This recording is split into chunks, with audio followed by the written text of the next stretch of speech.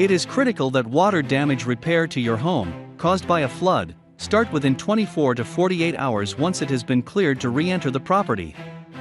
Be aware that you may need to remove flooring, drywall, and insulation to prevent mold and mildew from spreading in your home. Water and moisture can damage hardware floors quickly, so this process should be started as soon as possible.